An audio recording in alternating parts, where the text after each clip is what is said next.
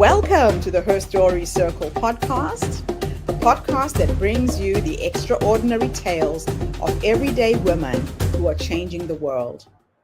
I'm your host, Gertrude Mache, and I'd like to acknowledge traditional custodians of the land on which we meet today.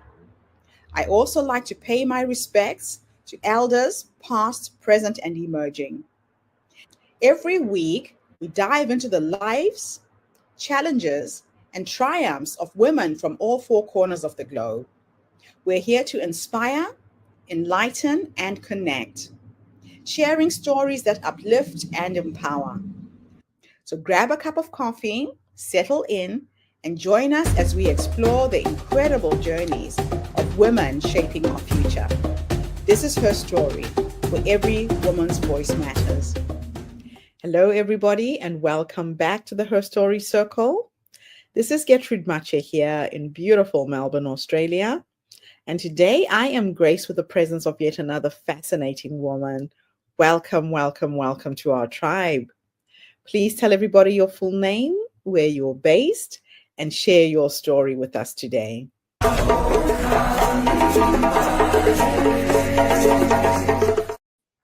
Hello, Trudy, and thank you so much for having me here. I'm very, very honored and excited to be part of this, and it's a really nice podcast that you have.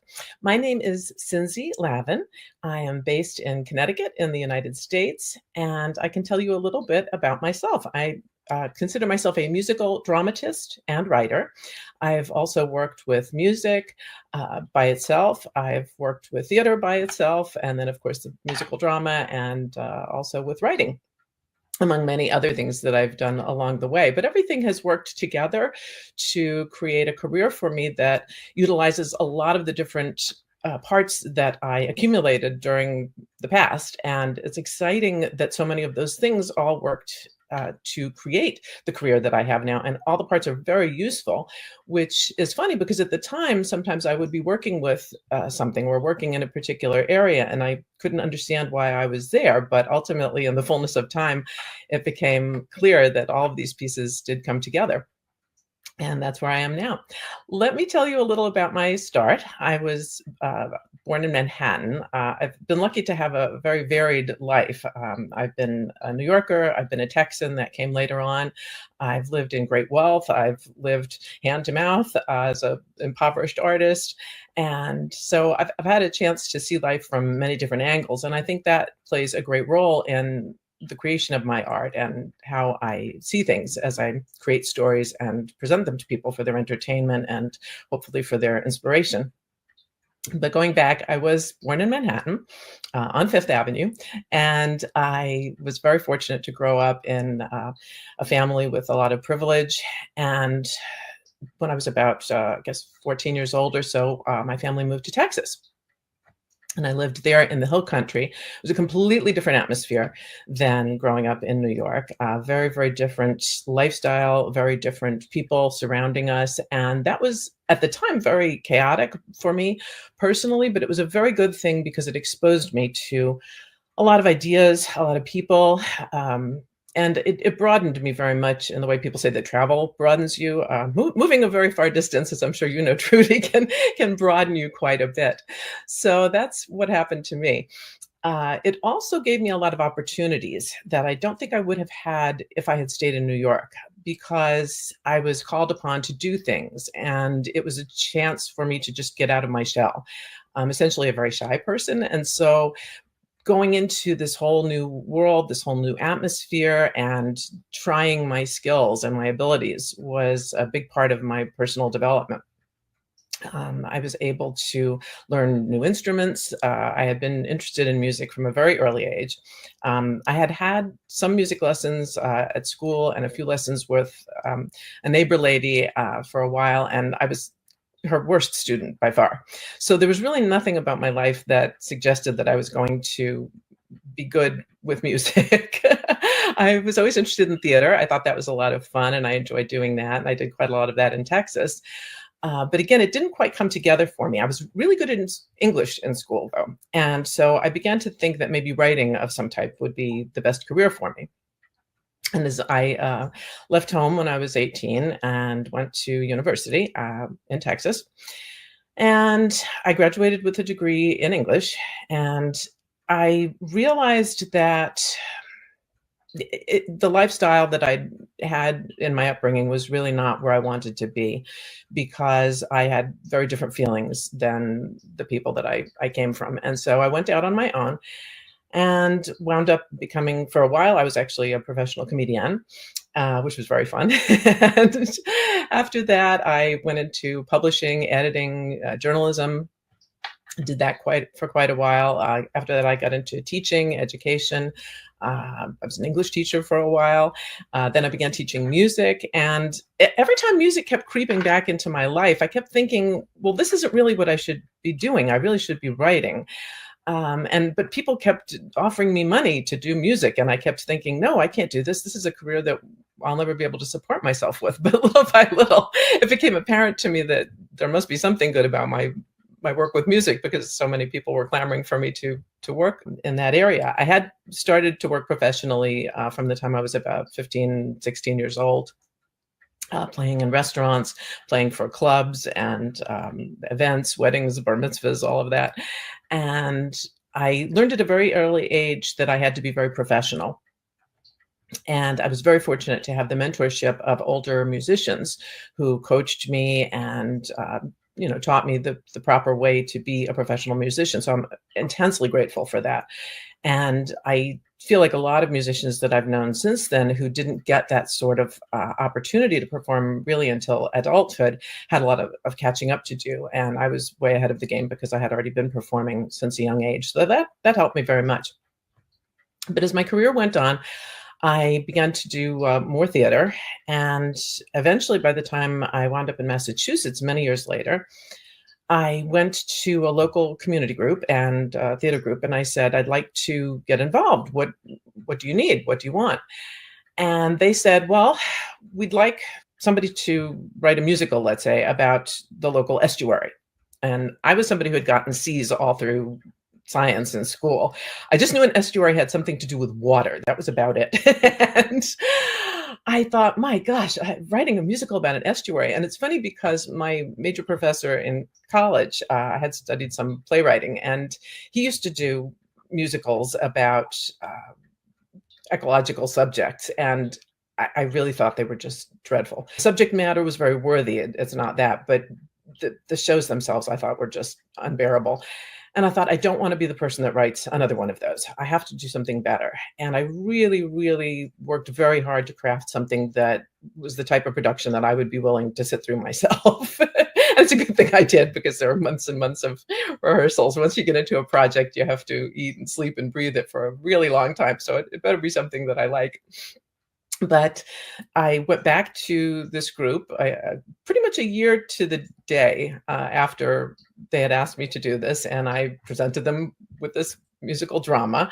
The lady there said that she thought they'd never see me again, but here I was, musical in hand, and they wound up producing it, and it wound up winning a Massachusetts Cultural Council Award. So that convinced me that I was on the right path, that I really should continue doing musical theater. I went on to produce 2 more musical dramas. And they were both historically based, one more so than the other. One was about Joshua James, who is considered the father of the U.S. Coast Guard. The other one was about an amusement park in Massachusetts that was very famous. And from there, I just kept going. I've since written another musical drama that is yet to be produced. I also have several dramatic works that are in pre-production, both here and abroad. And I've just continued on with it. Now, one of the highlights of my career was back in 2010. I had decided to do a tribute album, if you will, to Stephen Foster, who is a very famous American composer. And his music, I thought, was very beautiful, and I really felt like it was underrated. And I went back and I looked at every single piece of music that Stephen Foster had ever written, and the arrangements of the time, meaning the setting for the music, the way it was performed, were somewhat unpalatable to modern audiences. They had a very, it's hard to describe, but a very kind of sing-songy, sound that I don't think appealed very well to most people these days. And I thought if I could just go in and sort of rework these so that we're still keeping the integrity of this song, the melodic line would be the same and the emotion of the song would be the same, but just arrange it in a way that it could be appreciated by a broader audience. So I went ahead and did that, and that wound up landing me an invitation to perform at the White House in 2010. And that was a very proud time for me because I was very happy to have been able to honor the memory of Stephen Foster. He's sort of considered the first pop star of American music, and his works were really gorgeous, and they were very deeply American in the best possible sense. His songs spoke about the common people. They spoke about the ravages of the Civil War, which was going on at the time that he wrote his music.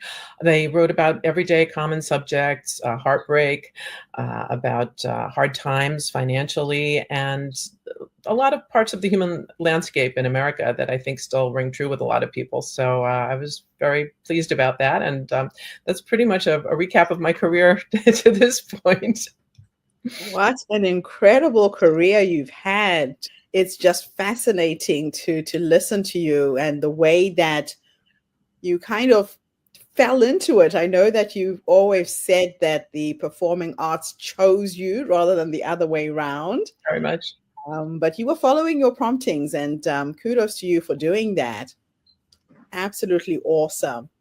So what would you say was the most transformative moment in your career as a musical dramatist? That's a good question. I think, well, I think after my first musical came out, I had people from the audience come backstage afterwards, and sometimes people had tears in their eyes, and they would say, that really spoke to me. And I experienced that with subsequent musicals, and seeing the power of the arts. We always hear about how important they are in society, how they serve such an important function, how they can be cathartic, how they can be instructive. And but just seeing, I mean, literally face to face, people who would say, I was so deeply moved and touched by this. Or even people who said this made me think differently about something than I had before. That was, it's humbling. It's very humbling to see that right up close. And I think that, if anything, inspired me that this is really what I need to keep doing. I want to keep bringing this to. It's really like you see your work transforming others as you are doing it as well. So can you tell us a little bit about your experience performing in the White House? How did that opportunity come about? And what did it mean to you? Well, it was interesting because, as I said, I was working on this tribute album to Stephen Foster, who's this incredibly American musical figure. And I decided to send a letter to the White House and just say, I'm working on this. This is, historically significant. And I don't know what I was thinking. I just thought maybe they'd say, oh, good, good for you. And I was very surprised to get a response where they asked me to send some sample songs from the album. And again, I thought, oh, they're just going to say, oh, isn't that nice? And I sent the samples from the album. It was, we were just putting it together at that point. Right. A singer who was had family ties to Stephen Foster. I was so fortunate to have her to sing on the album with the arrangements that I had created and performed. And so I sent the sample songs. Again, I really don't know what I was expecting. I didn't think much of it. And the next thing I know, they said, could you come and perform at the White House? That is so crazy. It was a surprise. The actual trip to the White House and being there was really wonderful. It's very beautiful, and it's not nerve-wracking at all. I was actually extremely calm there. I mean, it's the presence, the gravitas of the White House itself really calms you down. You feel like you can be or do anything when you're there. At least that's how I felt. Right. And I remember the piano that I was playing on, which is one that President Truman brought to the White House. I asked one of the aides who was helping us while we were there, who was the last person who had performed on the piano before I was about to sit down. And he thought a minute and he said, Stevie Wonder. Oh, wow. That's when my knees started to knock. I thought, oh my gosh. Oh my gosh. Of greatness here. But it's an example that a lot of times we hold back out of fear, right? Writing to the White House is not something the normal person would do, No, not at all. but they are normal people looking for different types of content, and Absolutely. all I can say is no, right? Exactly, And Trudy. you've That's got what to, I tell people yes. all the time. Don't ever be afraid to ask. Let them tell you no. Don't be afraid to knock on a door. The worst that can happen is it won't open. And I think you're right. A lot of people do, particularly sometimes I think women are afraid. They hold back. Mhm. They think, oh, I'm not good enough. I'm not whatever enough. And I've seen it from the other side where people are wishing somebody would come forward. They're hoping Yeah. someone will want to be part of something. So it's always worth it to ask. Now, having written several musicals and plays, what typically inspires your storytelling and themes? Very, very good question. As I said before, it has to be something that I'm really going to be interested in because I'm going to be spending a lot of time with it. I just find different things inspiring, but if I had to pull together all of the themes that I've worked with to say what is a common denominator, I think what I seem to be doing unconsciously is pulling together anything or any story that I feel exemplifies virtues that are really worth perpetuating in society. A good Yeah. example of that is the musical about Joshua James, the father of the U.S. Coast Guard. He was a man who had so much courage and so much integrity, and that was a very moving story to work on, his life and how many people he saved. That just that whole concept of somebody who would even have the courage to do that. So I Yeah. think maybe I'm unconsciously writing about people who have the virtues that I wish I could have, that I aspire to myself. So, and I hope to share with other people as well. Absolutely inspiring. Now, having grown up in different parts of the United States, from Manhattan to Texas, how did this influence your creative perspective? Well, It's two very different worlds, right? very, very different, Mm. especially because I was way out in the woods in Texas. I always joke around that the town only had one street light, and if you put in your blow dryer to do your hair, the town street light would dim. It was a very, very Oh, small town. It gosh. still is. It gave me an appreciation, as I said, for different people and different viewpoints. I think Yeah. sometimes people who grow up in just one area can become blind to the variety of viewpoints that make up a world. And whether Yes. that be people of various races, of various religions, of various political dispositions, philosophy of life. Once you have experienced a really big shift, as I did, I think it woke me up to the fact that there are so many good people all over the world of all different types, and to be able to appreciate that and to appreciate things from other people's point of view. They do say that when you travel, you're never the same person when you go back. Very true, very true. It It really, expands and it stretches you. So you wrote your first novel during the pandemic. What yes. was that process like, and what themes did you explore? I even have, I'll bring it on to, here it is. Okay. There we go, The Taciturn Sky. Like everybody else during the pandemic, I think we were all just not sure what to do. I always, fortunately, I always have so much work and I'm always so busy that I barely noticed. In fact, in some ways, it was helpful to have so much time that I didn't have to be out going to places in person, that I could spend at home and doing my Yes. work. So oddly enough, it in some ways benefited me. But I had always wanted to write a book, and I didn't necessarily know if it was going to be anything fantastic or not. I just wanted to write something. So I Okay. wrote Turn Sky, and they always say write about what you know, write about something that Yes. you have some experience with. So this book is actually about really the twilight of the American aristocracy. One of the subjects that's always fascinated me is sociology, how people divide themselves by class or by socioeconomic background, and Mhm. I just find it odd and fascinating. So this book is has a main character who is from an old money American family. And it's funny to me now that the whole old money dynamic is becoming more interesting, especially young people are finding it very fascinating as a topic. And in some ways it is. It's a very strange group of people that have a certain philosophy.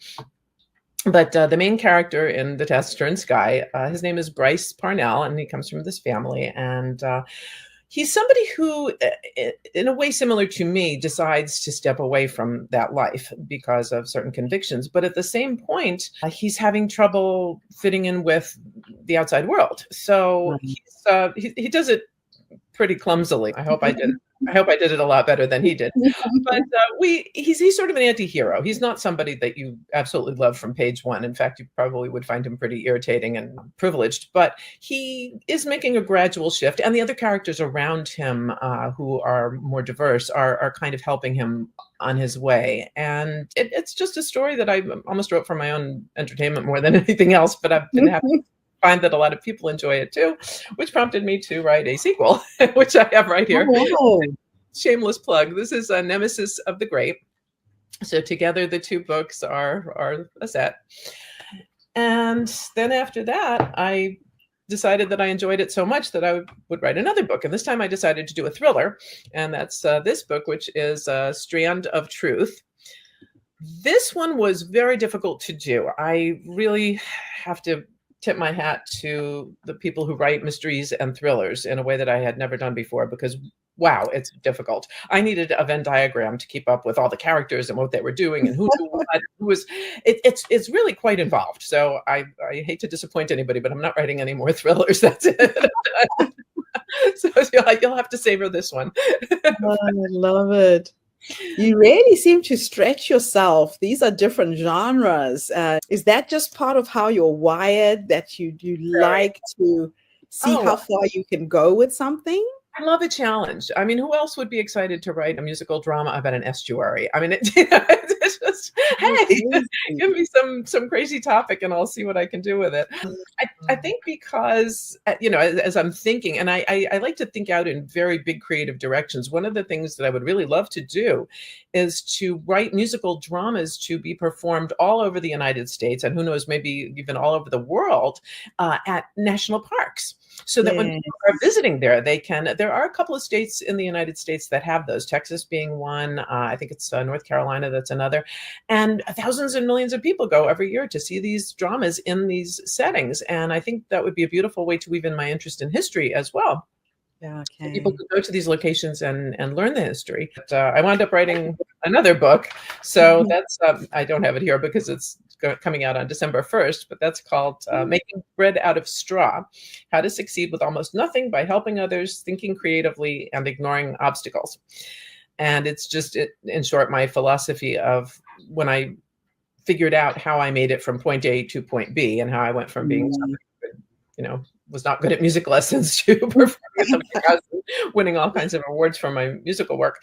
It's really down to three things. Those were my humanity, my creativity, and my ability to recognize that obstacles are only illusions, because really it takes a lot more than hard work or luck or ambition or even talent to succeed. And so it's just filled with my ideas and philosophy about all those things, but primarily the helping others. I would really love to see us become a generosity-based society. Wouldn't that make a wonderful world? That is nice. I do like that. Now, in your life, you've experienced both wealth and poverty. How have these experiences shaped your worldview and creative approach? Let's just go back and talk about that experience. I can actually tell you something very funny.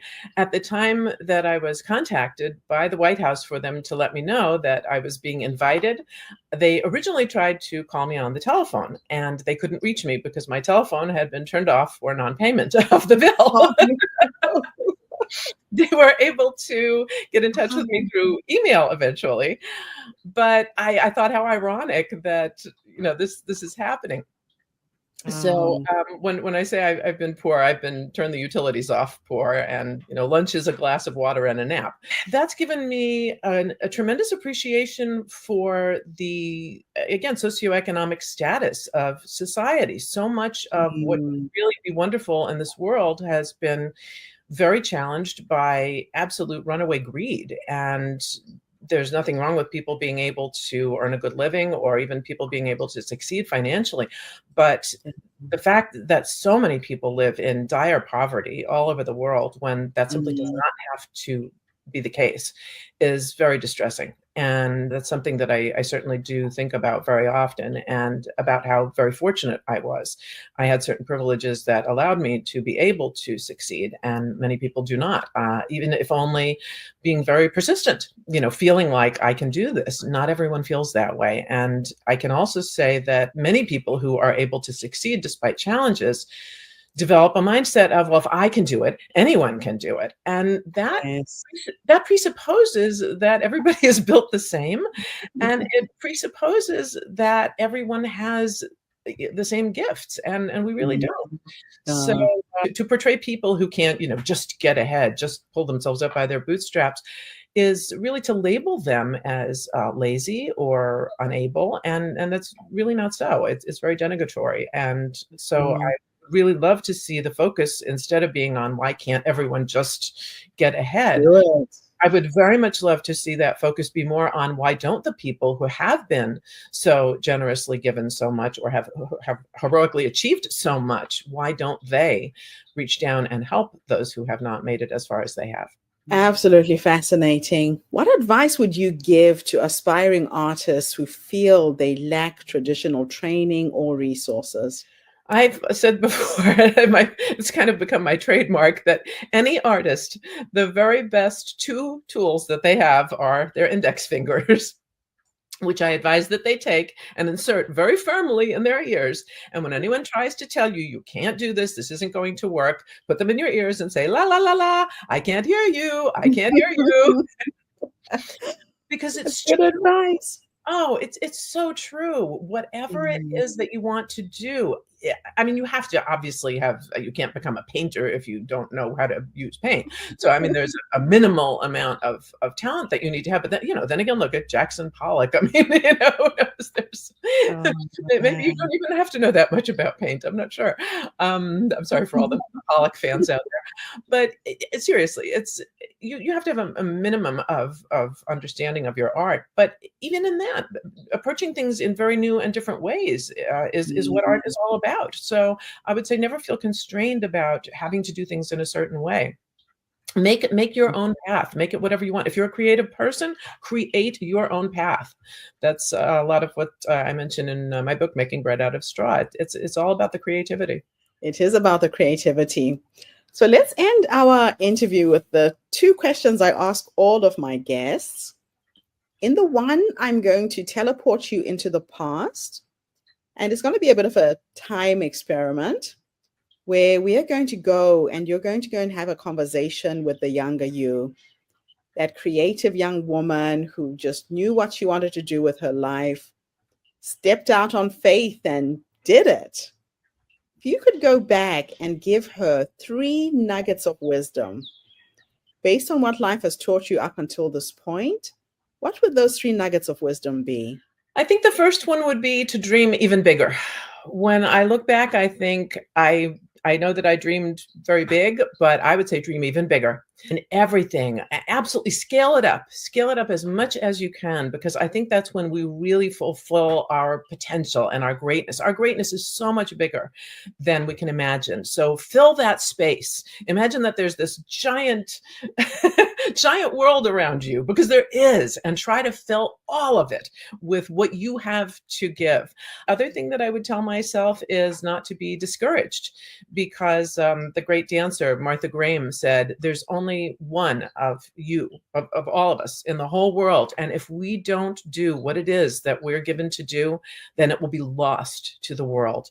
That's a really profound thought. And I would remind myself of that whatever it is that all of us have within us, that's something that we really should put out into the world, because otherwise it will never exist.